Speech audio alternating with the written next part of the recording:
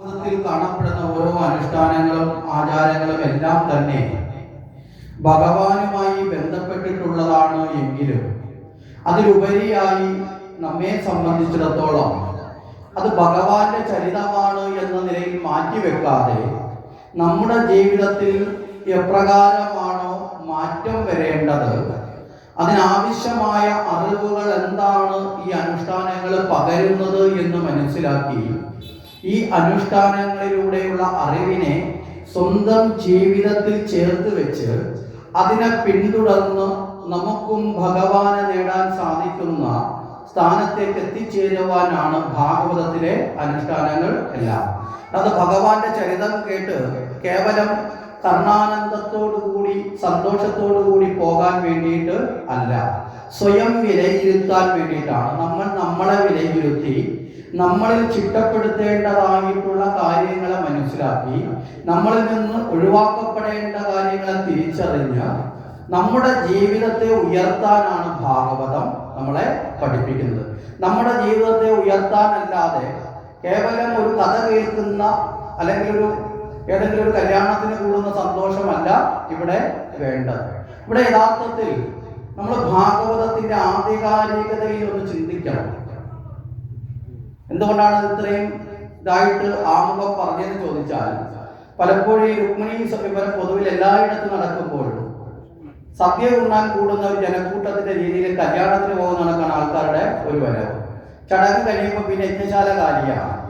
എന്താണ് രുക്മിണി സ്വയംവരം എന്ന് ചോദിച്ചാൽ അത് ഭഗവാന്റെ കല്യാണമാണെന്ന് പറയുകയും നമ്മുടെ ജീവിതവുമായി ഒരു ബന്ധവും ഇല്ലാത്ത രീതിയിൽ വിചാരിക്കുകയും ചെയ്യും. ഇവിടെ ഭഗവാന്റെ കല്യാണം നമ്മുടെ ജീവിത കല്യാണമായി മാറണം. കല്യാണം എന്ന വാക്കിന്റെ അർത്ഥം എന്താ? മംഗളകാരിയായത്, ശുഭകാരിയായത്. മനസ്സിലായി? വിവാഹം എന്ന് മാത്രമല്ല. അപ്പൊ നമ്മുടെ ജീവിതത്തെ സുഖകാരമാക്കി മാറ്റാൻ, നമ്മുടെ ജീവിതത്തെ ശ്രേഷ്ഠമാക്കി മാറ്റാൻ എന്ത് അറിവാണ് ഇതിനുള്ളിലുള്ളത് എന്ന് നമ്മൾ ഭാഗവതത്തെ ആധികാരികമാക്കണം. ഭാഗവതത്തിലെ ഓരോ കഥ കേൾക്കുമ്പോഴും ഓരോ ചരിതങ്ങൾ കേൾക്കുമ്പോഴും ആ ചരിതങ്ങളൊക്കെ നമ്മൾ ചേർത്ത് പിടിക്കേണ്ടത് പരീക്ഷത്തിനെയും ശ്രീശുഖനെയും ചേർത്തിട്ടാണ്. നമ്മളൊന്ന് ആലോചിച്ച് നോക്കാം. ഭാഗവതം കേൾക്കുന്നത് നമ്മളിപ്പോൾ ഇരുന്ന് കേൾക്കുന്നത്, പക്ഷെ ഭാഗവതം രചിക്കപ്പെട്ട രീതിയിൽ നോക്കുമ്പോൾ പരീക്ഷത്ത് എന്ന് പറയുന്ന രാജാവ് അല്ലെ, തക്ഷകന്റെ കടിയേറ്റ് 7-ാം നാൾ മരിക്കും എന്ന് ഉറപ്പിക്കപ്പെട്ട് മരണാസനായിരിക്കുന്ന ഒരാളിൻ്റെ അടുത്ത് 5-ാമത്തെ ദിവസം ശ്രീശുഖൻ ഇരുന്നുകൊണ്ട് ഒരു കല്യാണ കഥ പറഞ്ഞു കൊടുക്കാം എന്ന് പറയുന്നതിന് വല്ല യുക്തിയുണ്ടോ? ഉണ്ടോ? മരിക്കാൻ സമയം ആസന്നമായി ഇരിക്കുന്ന ഒരാളിനോട് ഒരു വലിയ കല്യാണമൊക്കെ നടന്നു, വലിയ സദ്യയായിരുന്നു, കല്യാണം കഴിച്ച പെണ്ണു കൊള്ളാം, ചെറുക്കൻ കൊള്ളാം, മനസ്സിലായില്ലേ? അത് ചെറുക്കൻ ഇച്ചിരി ബിരുദനായതുകൊണ്ട് പെണ്ണിനെ കട്ടോണ്ട് പോയതാണ്. എന്നിട്ട് ഒരു യുദ്ധമൊക്കെ നടത്തി പെണ്ണ് കെട്ടിയ കഥ പറഞ്ഞു കൊടുത്തിട്ട് മരിക്കാനിരിക്കുന്ന ആൾക്ക് എന്തെങ്കിലും മനസ്സിന് സുഖം കിട്ടുമോ? ഇല്ല. ഇവിടെ മനസ്സിന്റെ സുഖമല്ല, ആത്മശാന്തി പകരാനാണ് ഏത് ഭാഗവതം ഉപദേശിക്കുന്നത്. അശാന്തമായ മനസ്സിനെ ശാന്തമായ അവസ്ഥയിലേക്ക് ഉയർത്തുവാനാണ് ഏത് ഭാഗവതം ഇവിടെ പരീക്ഷത്തിനോട് ആരും ഉപദേശിക്കുന്നത്. ശ്രീശുഖൻ എന്താ? ഏതൊരു മനുഷ്യനും നമുക്കൊക്കെ അറിയാം, നമുക്ക് എല്ലാവർക്കും അറിയാവുന്ന ഒരു സത്യമാണ്, നമ്മളും മരിക്കും ഇല്ലേ? ആർക്കെങ്കിലും ഇത് സംശയമുണ്ടോ? ഒരു സാധാരണ ഒരു കൊച്ചു കുഞ്ഞിന്റെ പ്രായം കഴിഞ്ഞാൽ അവർക്കൊക്കെ അറിയാൻ പറ്റും, നമ്മളും മരിക്കും. നമ്മളും മരിക്കുമെങ്കിലും നമ്മുടെ മരണം എന്നത് നമ്മൾ അത്രയും കൊണ്ട് ഇഷ്ടപ്പെടും. കാര്യം നമ്മളിവിടെ പലതും നമ്മുടേതാണെന്ന് കരുതി പലതിനോട് ഒരു സ്നേഹം ഉണ്ടാക്കി, ഒരു മമതയുണ്ടാക്കി, എൻ്റെ ഭാര്യ, എൻ്റെ മക്കള്, എൻ്റെ അച്ഛൻ അല്ലേ, എൻ്റെ വീട്, എൻ്റെ ബാങ്കിലെ അക്കൗണ്ട്, എൻ്റെ വാഹനം, ഇങ്ങനെയൊക്കെ ഒരു മമത എല്ലാം ഉണ്ടാക്കി വെച്ചിട്ടുണ്ട്. വാക്കുകൾ കൊണ്ട് പറയും, ഓ ഇനി അങ്ങ് മരിച്ചാൽ മതി, ഞാൻ എല്ലാം കഴിഞ്ഞു. ചില ആൾക്കാരൊക്കെ മക്കളുടെയൊക്കെ കല്യാണം കഴിയുമ്പോൾ ചില മാതാപിതാക്കൾ പറയും, എൻ്റെ കർത്തവ്യമൊക്കെ കഴിഞ്ഞു, ഇനി അങ്ങ് മരിച്ചാൽ മതി. എന്നാൽ ശരി, മരിച്ചോന്ന് പറഞ്ഞാൽ പറയുമ്പോൾ അങ്ങനെയല്ല, കൊച്ചുമക്കളെ കൂടെ കാണട്ടെന്ന് പറയും. മനസ്സിലായില്ലേ? കൊച്ചുമക്കളായി കഴിഞ്ഞാൽ അവരുടെ മക്കളെ കൂടെ ഒന്ന് ഇങ്ങനെ മോഹങ്ങൾ ഇങ്ങനെ വരും, അത് സ്വാഭാവികമാണ്. ഇവിടെ പരീക്ഷത്തും ധാർമ്മിക ബോധമുള്ള ആളാണ്, മരണം സ്വാഭാവികമാണെന്നറിയാം. എന്നാലും ഒരു 7 ദിവസം കൊണ്ടെന്ന് കേൾക്കുമ്പോഴുള്ള ഒരു അശാന്തി ഒരുപക്ഷെ അദ്ദേഹത്തിലും ഉണ്ടായെന്ന് വരാം. അപ്പൊ ആ മനസ്സിനെ ആത്മബോധത്തിലേക്ക് ഉയർത്തി അന്ത്യകാലത്ത് ഭഗവാനിൽ മനസ്സുറപ്പിക്കാനാണ് ഭാഗവതം. അപ്പൊ അവിടെ ഒരു കല്യാണ കഥ പറയുന്നതിന്റെ ഉള്ളില് ഒരു വലിയ ആശയത്തെ അടക്കം ചെയ്തത്. പുറമേ ഉള്ള കൃഷ്ണന്റെ കല്യാണം നമ്മളിപ്പം നാലഞ്ചൂടെ കൃഷ്ണൻ രുക്മിണിയെ കെട്ടിയത് ഒരു പ്രാവശ്യമാണ് കെട്ടിയത്. ഇപ്പൊ ഭാഗവത യജ്ഞം നടക്കുന്ന സമ്പ്രദായം വെച്ച് നോക്കിയാൽ ഇപ്പോൾ ഏതാണ്ട് ലക്ഷക്കണക്കിന് പ്രാവശ്യം ശ്രീകൃഷ്ണൻ രുക്മിണിയെ കല്യാണം കഴിച്ചിട്ടുണ്ടെങ്കിൽ ഇപ്പൊ ഇന്നത്തെ ദിവസം തന്നെ കേരളത്തിൽ എത്ര എടുത്ത് അല്ലെങ്കിൽ ഭാരതത്തിൽ എത്ര എടുത്ത് രുക്മിണി സേവനം ചിലപ്പോൾ ഇന്ന് നടക്കുന്നുണ്ടാവും, ചിലടത്ത് നാളെ ഉണ്ടാവും, ചിലടത്ത് മറ്റേ അങ്ങനെ നോക്കിയാൽ 365 ദിവസം വെച്ചും കല്യാണം നടക്കുന്ന ഒരു അവസ്ഥയിലാണ് പോകുന്നത്. അപ്പൊ ആ കല്യാണം ഒരു നമ്മളെ ഓർമ്മപ്പെടുത്തുകയാണ് ചില സന്ദേശങ്ങൾ. ഇവിടെ എന്താണ് രുക്മിണി സ്വയംവരം എന്നതിന്റെ ഒരു കുറച്ച് കാര്യങ്ങൾ നമ്മൾ ഈ സമയത്ത് ശ്രദ്ധിച്ച് നമുക്ക് ഈ ചടങ്ങിലേക്ക് പോയി. ഇല്ലെങ്കിൽ നമ്മൾ ഈ 10 വർഷം 15 വർഷമൊക്കെ രുക്മിണി സ്വയംവരം കഴിഞ്ഞാൽ ഇപ്പോഴും നമ്മൾ വിചാരിക്കും 2 കല്യാണമാണ്. ഒരു കുട്ടിയെ രുക്മിണിയായിട്ട് വേഷമൊക്കെ അലങ്കരിച്ചൊക്കെ കൊണ്ടുവരും, പൂജിച്ച് കുറച്ച് കഴിയുമ്പോൾ മാലയൊക്കെ ഇട്ട് ചടങ്ങൊക്കെ കഴിഞ്ഞ് മണിയടിയും കർപ്പൂരവാലയും കഴിയുമ്പോൾ രുക്മിണി സ്വയംവരം കഴിഞ്ഞെന്ന് വിചാരിക്കും. ഇവിടെ നമുക്ക് ജീവിതത്തിൽ കിട്ടേണ്ടത് ഒന്നിനെയുണ്ട്. ഇത് കേട്ടില്ല എന്നുണ്ടെങ്കിൽ മനസ്സിലാക്കിയില്ല എന്നുണ്ടെങ്കിൽ നമുക്ക് ജീവിതത്തിൽ കിട്ടേണ്ട എന്താണെന്ന് ചോദിച്ചാൽ നമ്മളിത് കഴിയുമ്പോൾ സദ്യ മാത്രമേ കിട്ടിയെന്നുള്ള അവസ്ഥ വരും. മനസ്സിലല്ലേ? ഉദരനിമിത്തമല്ല നമ്മൾ ഈശ്വരാരാധന എന്ന് പറയുന്നത്. നമ്മൾ വികാരങ്ങൾക്കപ്പുറം വിചാരത്തിലേക്ക് ഉയരാൻ വേണ്ടിയിട്ടാണ്. ഭക്ഷണം വേണ്ട എന്നല്ല പറഞ്ഞത്, വേണം. ശരീരമാദ്യം കരുധർമ്മ സാധനം. ഞാനും ഇവിടെ നിന്ന് സംസാരിച്ച് ക്ഷീണിച്ച് കഴിയുമ്പോൾ എനിക്കും ഭക്ഷണം വേണം, എല്ലാവർക്കും വേണം. പക്ഷേ നമ്മൾ മുൻതൂക്കം അതിനല്ല. മനസ്സിലായില്ലേ? കാര്യവിചാരം അതിന് മുൻതൂക്കം കൊടുക്കണം. കാരണം ജീവിതത്തിൽ അറിവ് ലഭിക്കുക, പ്രത്യേകിച്ചും ഈശ്വരീയമായ കാര്യങ്ങൾ ലഭിക്കുക എന്ന് പറയുന്നത് അത്യന്തം ദുർലഭം മാനുഷ, അത്യന്തം ദുർലഭമായി വന്നു ചേരുന്ന ഒന്നാണ് ഇങ്ങനെയുള്ള സത്സംഗങ്ങൾ. അപ്പൊ ആ സത്സംഗങ്ങൾ നമ്മൾ പ്രയോജനപ്പെടുത്തണം. അതുകൊണ്ടാണ് ആദ്യമേ ഇത്രയും പറഞ്ഞത്. ആർക്കും ഇനി അങ്ങോട്ട് മുന്നോട്ട് പോകുമ്പോൾ എന്നെ ഒരു അസുരനായി തോന്നാതിരിക്കാൻ വേണ്ടി മാത്രമാണ്. അതുകൊണ്ടാണ് ഇത്രയും കാര്യം സൂചിപ്പിച്ചത്. വിദർഭയിലെ രാജാവായിരുന്ന ഭീഷ്മകന്റെ പുത്രിയാണ് രുക്മിണി. 4 സഹോദരന്മാരും ഒരു സഹോദരി, ഇങ്ങനെ 5 പേരാണ് മൊത്തത്തിൽ. 5 സഹോദരന്മാരും ഒരു സഹോദരി, ഇങ്ങനെ മൊത്തത്തിൽ ഉള്ളവരാണ് രുക്മിണി എന്ന് പറയപ്പെടുന്നത്. ഇതില് രുക്മിണിക്ക് ഒരു ഇരട്ടപ്പെട്ട സഹോദരനുണ്ട്. ഒരേ സമയം അമ്മയുടെ ഉദരത്തിലുള്ള രണ്ടുപേരാണ് പ്രധാന കഥാപാത്രങ്ങളായി രംഗത്ത് വരുന്നത്. സഹോദരന് ജ്യേഷ്ഠനാണ്. ആദ്യം പിറന്നത് കൊണ്ട് ജ്യേഷ്ഠന്റെ സ്ഥാനമാണ്. തൊട്ട് പുറകിൽ മിനിറ്റുകൾ മാറിയിട്ടാണെങ്കിൽ അത് അനിയത്തി എന്നുള്ള സ്ഥാനത്തേക്കാണ് വരുന്നത്. അനുജത്തിയാണ് രുക്മിണി, ജ്യേഷ്ഠൻ രുക്മി എന്നാണ് പേര്. ഇവർ രണ്ടുപേരും സാധാരണഗതിയിൽ നമ്മൾ പറയും ഈ ഇരട്ട പ്രസവിച്ചവർ തമ്മിൽ സ്വഭാവം കൊണ്ടും പെരുമാറ്റം കൊണ്ടും രൂപം കൊണ്ടും ഒക്കെ ഒരുപോലെ ആയിരിക്കും എന്ന് പറയും, ഇല്ലേ? ഇവിടെ ഇവർ രണ്ടുപേരുടെയും സ്വഭാവം നേരെ വിപരീതമാണ്. അങ്ങനെ ഒരു പ്രത്യേകത കൂടിയുണ്ട്. രുക്മിണി സദ്ഗുണ സമ്പന്നയാണ്. മനസ്സിലായോ? അതിന്റെ വിപരീതം എന്തായിരിക്കും? ദുർഗുണൻ, ഇല്ലേ? സർവ്വ ദുർഗുണങ്ങളും സ്വന്തമാക്കിയ ആളുള്ള ആളാണ് ആര്? രുക്മിണിയുടെ സഹോദരൻ. ഇവിടെയൊക്കെയാണ് നമ്മൾ ചിന്ത കടന്നു ചെല്ലേണ്ടത്. അപ്പൊ രുക്മി എന്ന് പറഞ്ഞാൽ സർവ്വവിധമായ ദുർഗുണങ്ങളെ ഇഷ്ടപ്പെടുന്ന ആളാണ്, ദുരാചാരിയിട്ടുള്ള ആളാണ്. രുക്മിണിയാണെങ്കിൽ സദ്ഗുണയാണ്, നല്ല വിദ്യാസമ്പന്നയാണ്. ഇതിനെല്ലാം ഓപ്പോസിറ്റാണ് സഹോദരൻ. ഇവിടെ രുക്മിണിക്ക് വിവാഹപ്രായത്തിലേക്ക് എത്തിച്ചേർന്നു. വിവാഹപ്രായം എത്തിയപ്പോൾ രുക്മിണിയെ അനുയോജ്യനായ ഒരു വരനെ കൊണ്ട് വിവാഹം കഴിപ്പിക്കണം എന്ന ആലോചനകളൊക്കെ തുടങ്ങി. പക്ഷെ ഇതിനു മുമ്പ് തന്നെ രുക്മിണി മനസ്സാൽ ഒരാളെ ഇഷ്ടപ്പെട്ടിരുന്നു. അത് ശ്രീകൃഷ്ണനെയാണ് ഇഷ്ടപ്പെട്ടത്. ഇവിടെ ഒരു പ്രത്യേകതയുള്ളത്, ഈ വിവാഹത്തിന് തൊട്ടു മുമ്പ് രുക്മിണിയെ കൂട്ടിക്കൊണ്ടുപോകുവാൻ കൃഷ്ണൻ വരുന്ന സമയം വരെ രുക്മിണി കൃഷ്ണനെ നേരിൽ കണ്ടിട്ടില്ല. ഇനി രുക്മിണിയുടെ സ്വയംവരത്തിന് 2 ദിവസം മുമ്പാണ് കൃഷ്ണൻ രുക്മിണിയെ കുറിച്ച് കേൾക്കുന്നത് പോലും. മനസ്സിലായില്ലേ? അപ്പൊ അങ്ങനെ പരസ്പരം കാണാത്ത കേൾക്കാത്ത 2 പേര് തമ്മിലുള്ള പ്രണയം എന്തിനാണ് ഭാഗവതത്തിൽ ചർച്ച ചെയ്യുന്നത്? 2 പേര് തമ്മിൽ പരസ്പരം കണ്ടിട്ടില്ല, കേട്ടിട്ടില്ല. ഇപ്പൊ നമ്മൾ സാധാരണ പറയും ചില പെൺകുട്ടികൾ വരനെ നേരിട്ട് കണ്ടിട്ടില്ലെങ്കിൽ വിവാഹം നടത്തുന്ന അച്ഛനും അമ്മയൊക്കെ കണ്ടിട്ട് ഉറപ്പിക്കുന്ന ഒരു കാലം പണ്ടുണ്ടായിരുന്നു. അങ്ങനെയൊക്കെ നടക്കും. ഇത് അങ്ങനെ പോലും ഇല്ല. അച്ഛനും അമ്മയും പോലും ഇങ്ങനൊരു ചിന്തയിലേക്ക് വന്നിട്ടില്ല. ബന്ധുക്കളാരും ഇങ്ങനൊരു ചിന്ത വന്നിട്ടില്ല. ഇവിടെ രുക്മിണി തന്നെ സ്വയം എടുത്ത തീരുമാനമാണ് തൻ്റെ ജീവിതത്തിൽ ഈ ജന്മത്തിലെന്നല്ല, ഇനി എത്ര ലക്ഷം ജന്മം ജനിക്കേണ്ടി വന്നാലും കൃഷ്ണനെ അല്ലാതെ മറ്റൊരാളെ താൻ എന്ത് ചെയ്യില്ല, വിവാഹം കഴിക്കില്ല. ഇതൊരു ദൃഢമായ തീരുമാനമാണ്. നമ്മളൊക്കെ സാധാരണഗതിയിൽ ഇങ്ങനെയൊക്കെ ഒരു തീരുമാനം എടുക്കേണ്ടി വന്നാൽ ഈ ജന്മത്തിൽ എനിക്ക് ഇനി വേറൊരു കല്യാണം വേണ്ട, അല്ലേ? അങ്ങനെ വരക്കെ എടുക്കാനുള്ള കപ്പാസിറ്റി ആർക്കുള്ളൂ? നമുക്കൊക്കെ ഉള്ളൂ, അല്ലേ? ഇങ്ങനെ പറയുന്ന ആൾ പോയി ചിലപ്പോൾ 6 മാസം കഴിയുമ്പോൾ നമ്മൾ നോക്കുമ്പോൾ എന്താ, സാഹചര്യങ്ങളുടെ സമ്മർദ്ദം മൂലം എന്നൊക്കെ പറഞ്ഞിട്ട് ചിലപ്പോൾ ഈ ജന്മം വേണ്ടാന്ന് പറഞ്ഞാലും ചിലപ്പോൾ ഏതെങ്കിലും കല്യാണമൊക്കെ കഴിഞ്ഞ് കൂടെ പോകുന്നത് നമുക്ക് കാണേണ്ടി വരും. ഇവിടെ അങ്ങനെയല്ല.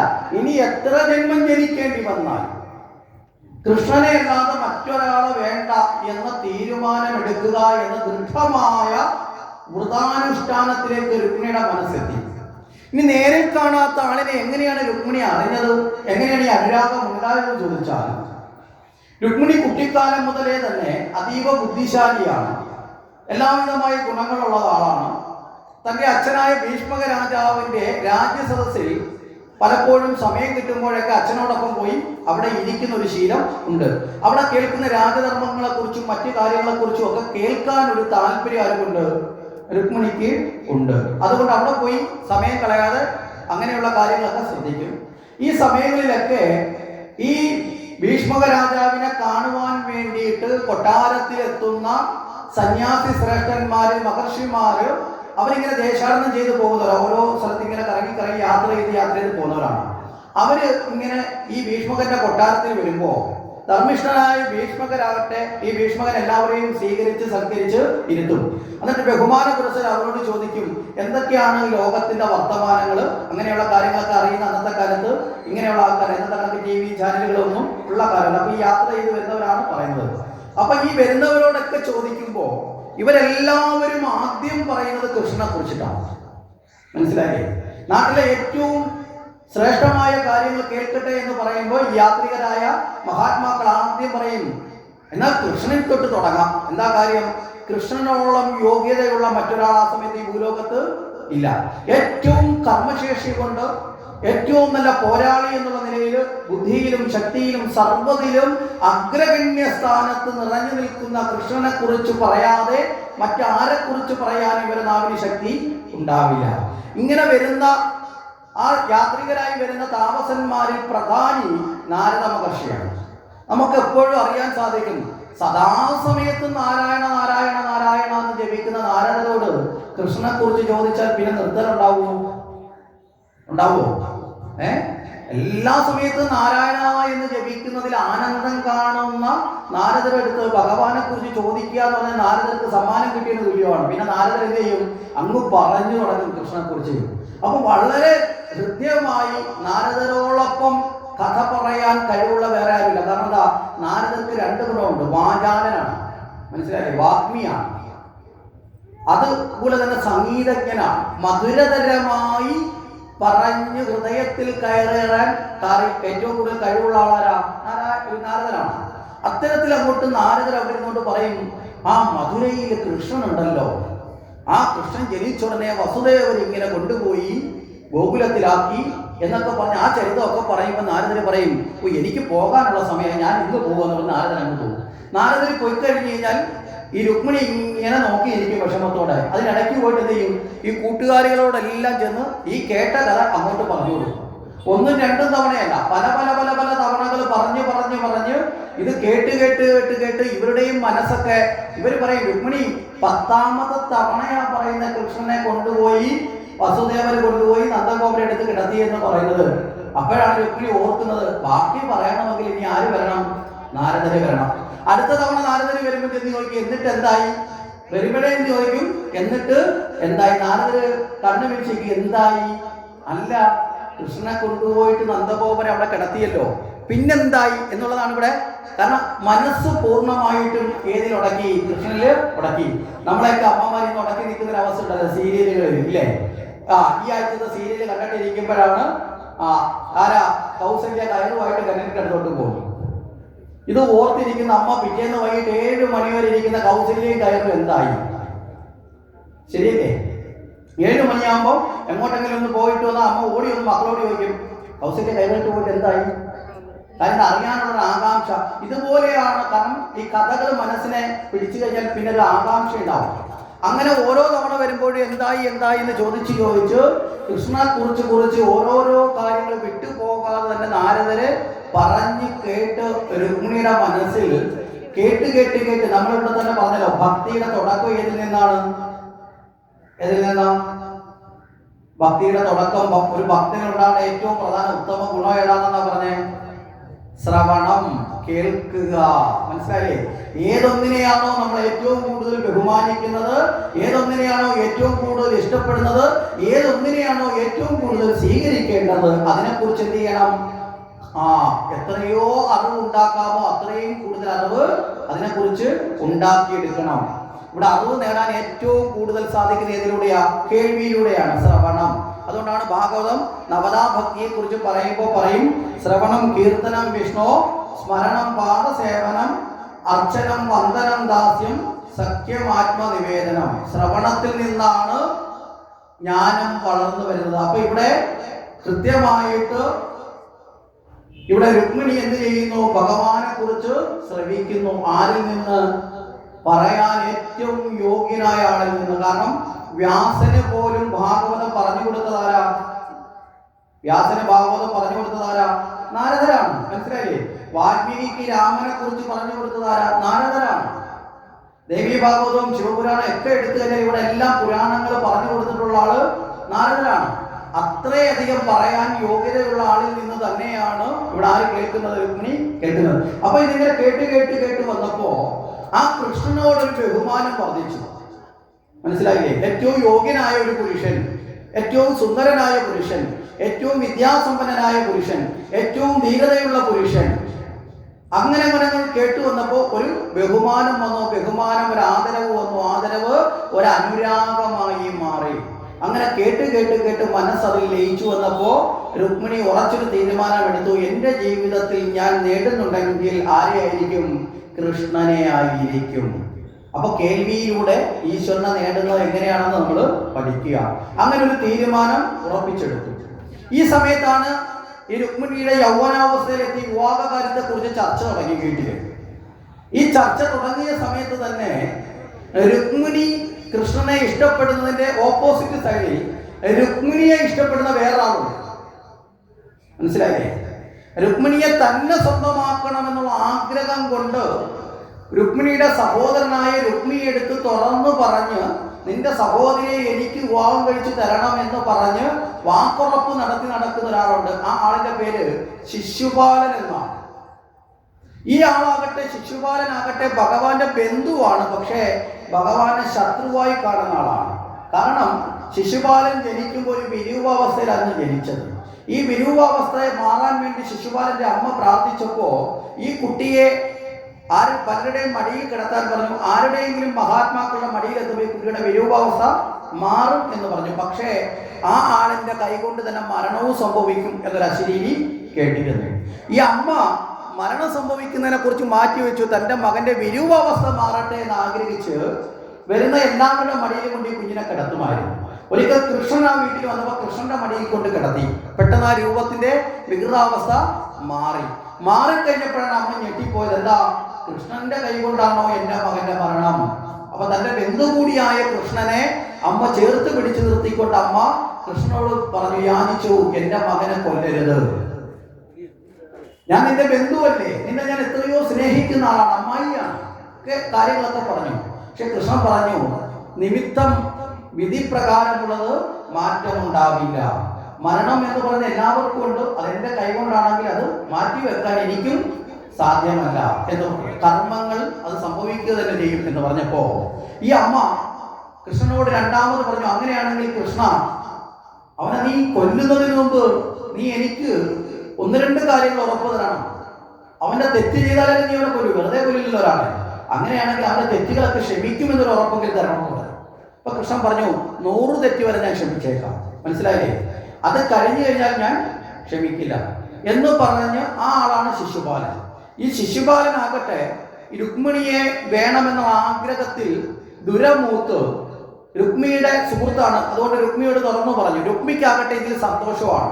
കാരണം രുക്മി മുമ്പേ പറഞ്ഞു, രുക്മിണിയുടെ ഓപ്പോസിറ്റ് ആണ് രുക്മി എന്ന് പറഞ്ഞത് ദുർഗുണങ്ങളോട് കൂടിയ ആളാണ്. കാരണം രുക്മിയുടെ കൂട്ടുകാരൊക്കെ അങ്ങനെയുള്ള ആൾക്കാരാണ്. ഇവിടെ രുക്മിക്കും കൃഷ്ണനെ ഇഷ്ടമല്ല. മനസ്സിലായില്ലേ? രുക്മിണിക്ക് ഭയങ്കര ഇഷ്ടം, രുക്മിക്ക് കൃഷ്ണൻ ശത്രുവാണ്. എന്താ കാരണം എന്ന് വെച്ചാൽ രുക്മി മോശപ്പെട്ട വഴിയിലൂടെ സഞ്ചരിക്കുന്ന ആളാണ്. മോശപ്പെട്ട വഴിയിലൂടെ പോകുന്ന ഏതൊരാൾക്കും ലോകത്തുള്ള ഇനി ഏത് നല്ലവരെ കൊണ്ട് മുമ്പിൽ നിർത്തിയാൽ അവർ ആളിനെ എന്തായിട്ട് കാണും? ശത്രുവായി കാണുക സ്വാഭാവികമാണ്. ഇവിടെ രുക്മിയുടെ സുഹൃത്തുക്കൾ ആരൊക്കെയാണെന്ന് ചോദിച്ചാൽ ഈ ശത്രുത വർദ്ധിക്കാനുള്ള കാരണമുണ്ട്. രുക്മിയുടെ സുഹൃത്തുക്കൾ ഒരാൾ കംസനായിരുന്നു. മനസ്സിലായില്ലേ? ഈ കംസൻ കൃഷ്ണന്റെ അമ്മാവനാണ്. ഈ കംസനെ ആര് വധിച്ചു? കൃഷ്ണൻ വധിച്ചു. അപ്പൊ കൂട്ടുകാരനെ വധിച്ച ആളിനോട് സ്നേഹം വരുമോ? ഒരിക്കലും ഉണ്ടാവില്ല. അതിന്റെ ദേഷ്യമുണ്ട്. ഇനി മറ്റൊരു കൂട്ടുകാരൻ ജരാസന്ധനാണ്. ജരയാൽ സന്ധിക്കപ്പെട്ട ഒരു അസുരനാണ് ജരാസന്ധൻ. ആ ജരാസന്ധന്റെ 2 പെൺമക്കളെ വിധവയാക്കിയതിനകത്ത് കൃഷ്ണന് പങ്കുണ്ട്. മനസ്സിലായില്ലേ? എന്താ കൃഷ്ണൻ അതിനുള്ള പങ്കെന്ന് ചോദിച്ചാൽ, കംസന്റെ ഭാര്യമാരായിരുന്നു ഇവർ 2 പേരും. ജരാസന്ധന്റെ മക്കളെന്ന് പറഞ്ഞ കംസന്റെ ഭാര്യമാര്. കംസൻ മരിച്ചപ്പോ അവർ വിധവയായി. അപ്പൊ സുഹൃത്തിന്റെ പെൺമക്കളെ വിധവയാക്കിയതിന്റെ ശത്രു. പിന്നെ മറ്റൊരു സുഹൃത്തായ ശിശുപാലനെ കൊല്ലുമെന്ന് ഉറപ്പുള്ള ആളാരാ? കൃഷ്ണനാണ്. ഇങ്ങനെ കുറെ ശത്രുതകള് കൃഷ്ണനോടുണ്ട്. അപ്പൊ അതുകൊണ്ട് തന്നെ ജരാസന്ധന് ഇവിടെ ഈ രുക്മിക്ക് ശിശുപാലന്റെ ആഗ്രഹം സാധിച്ചു കൊടുക്കാൻ സന്തോഷം. കാര്യം എന്താ? താൻ ചെയ്യുന്ന അതേ പാതയിൽ തന്റെ കൂടെ സമന്വയമായി ചിന്തിക്കുന്ന ആളാണ് ആര്? ശിശുപാലൻ. തങ്ങൾ 2 പേരും കൂടി ചേർന്നാൽ വലിയൊരു ശക്തിയായി മാറും. അങ്ങനെയാണെങ്കിൽ കൃഷ്ണനൊക്കെ നിസാരക്കാരനാക്കി മാറ്റാം എന്നുള്ള മോഹം ആർക്കുണ്ട്? രുക്മിക്ക് ഉണ്ട്. അതുകൊണ്ട് ഈ ഉറപ്പ് കൊടുത്തു.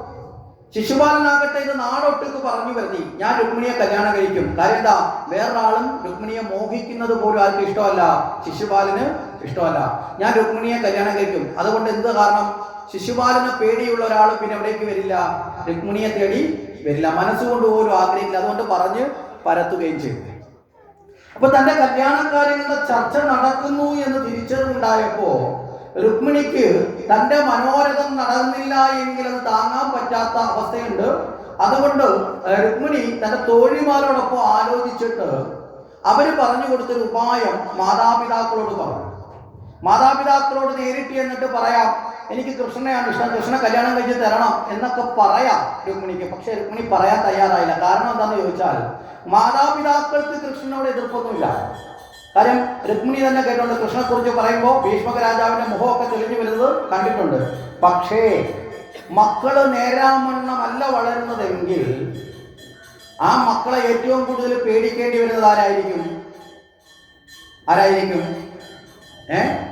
മാതാപിതാക്കളായിരിക്കും. മനസ്സിലാവുന്നുണ്ടോ?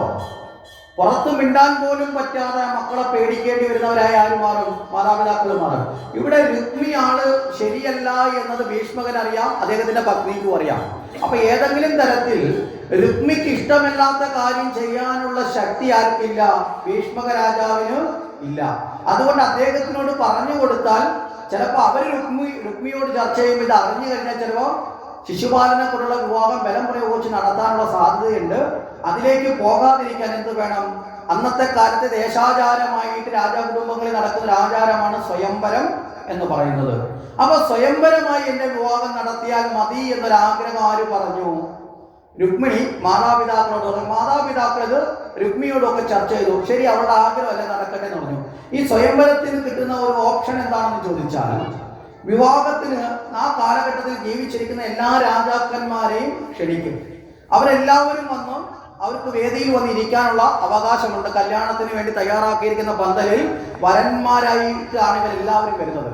ഇനി വധുവിന് ഇഷ്ടമുള്ള ആളിനെ എന്ത് ചെയ്യാം? സെലക്ട് ചെയ്യാം. മനസ്സിലായില്ലേ? എല്ലാവരും വന്നിരുന്നു കഴിഞ്ഞാൽ ഓരോരുത്തരുടെയും ഗുണഗണങ്ങളെ കുറിച്ച് അവിടെ പറയും. ഇന്ന രാജ്യത്തെ രാജാവാണ്, ഇത്ര സമ്പത്തുണ്ട്, ഇത്ര സൈന്യശക്തിയുണ്ട്, ഇന്ന ശാസ്ത്രങ്ങളൊക്കെ പഠിച്ചിട്ടുണ്ട് എന്നൊക്കെ പറയുന്ന, ഇത്ര യുദ്ധം ജയിച്ചിട്ടുണ്ട്, ഇങ്ങനെയൊക്കെ പറയുന്ന നമ്മുടെ ഇന്നത്തെ കാലത്ത് പറഞ്ഞാൽ ബയോഡാറ്റ, ഇതെല്ലാം വിളിച്ചു പറയും.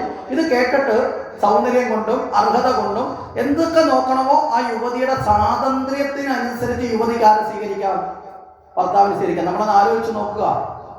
ഇവിടെ ഇന്നും ഹിന്ദു സമൂഹത്തിനെ നശിപ്പിക്കാൻ വേണ്ടി പ്രചരിപ്പിക്കപ്പെടുന്ന ഒരു വലിയ കള്ളമുണ്ട്. എന്താ? സ്ത്രീകൾക്ക് സ്വാതന്ത്ര്യമില്ല എന്ന് പ്രയോഗിക്കുന്ന ഒരു വലിയ കള്ളത്തരം ഇന്നും നമ്മുടെ നാട്ടിൽ പലരും വിളിച്ചു പറയുന്നത് ഹിന്ദുവിന് സ്വാതന്ത്ര്യമില്ല. നമ്മൾ ആലോചിച്ചൊക്കെ, നിങ്ങളൊക്കെ ഇഷ്ടപ്പെട്ട വസ്ത്രം ധരിച്ച് ഇഷ്ടപ്പെട്ട വേഷം ധരിച്ച് ഇല്ലേ ഒരു ഈ സന്തോഷത്തോടെ ഇവിടെ വന്നിരിക്കും. ഇതിനു പോലും അവകാശമില്ലാത്ത നിരവധി സ്ത്രീകൾ പലയിടത്തുണ്ട്. അതിനെക്കുറിച്ചിട്ടല്ല ഇവിടെ ചർച്ച. ഹിന്ദുവിന് സ്വാതന്ത്ര്യമില്ല എന്ന് പറയും. ഇവിടെ ലോകത്ത് ആലോചിച്ചത് വിവാഹത്തിന് പോലും സ്വന്തം വരനെ തിരഞ്ഞെടുക്കാൻ പെൺകുട്ടിക്ക് അനുവാദം കൊടുക്കുന്ന ഇത്രയും വിശാലമായ ഒരു സംസ്കാരം വേറെ ഏതെങ്കിലും സമൂഹത്തിലുണ്ടോ? ഉണ്ടോ? ഒരിടത്തുമില്ല. അത്ര സ്വാതന്ത്ര്യം ഇന്നത്തെ കാലത്തല്ല. ഇന്നത്തെ നവോത്ഥാനം എന്ന് പറയുന്നത് കന്ന് പറയുന്ന കാപട്യ കാലത്തല്ല. ഇന്നത്തെ പരിഷ്കാരം എന്ന് പറയുന്ന കാലത്തല്ല. 5000 വർഷത്തിനപ്പുറത്തുള്ള ഭാഗവതത്തിലാണ് ഇത് പറയുന്നത്. മനസ്സിലായില്ലേ? അതിനേക്കാൾ പഴക്കമുള്ള രാമായണത്തിലാണ് ശക്തി തെളിയിക്കുന്ന കരുത്തനായ കഴിവുള്ളവനെ മതി എനിക്ക് ഭർത്താവ് എന്ന് പറയുന്ന സീതയുടെ മുന്നിലേക്ക് രാമന് വില്ലൊടിക്കേണ്ട ഗതികേട് വരുന്നതല്ലേ? ഗതികേടല്ലെങ്കിൽ കഴിവ് തെളിയിക്കേണ്ടി വരുന്നത്. വെറുതെ പോയി കല്യാണം കഴിക്കാൻ പറ്റിയോ? പറ്റിയില്ല. അപ്പോൾ കഴിവും യോഗ്യതയും അർഹതയുമുള്ള പുരുഷനെ വിവാഹം കഴിക്കാനുള്ള അവകാശം സ്ത്രീകൾക്ക് കൊടുത്തിരുന്നു.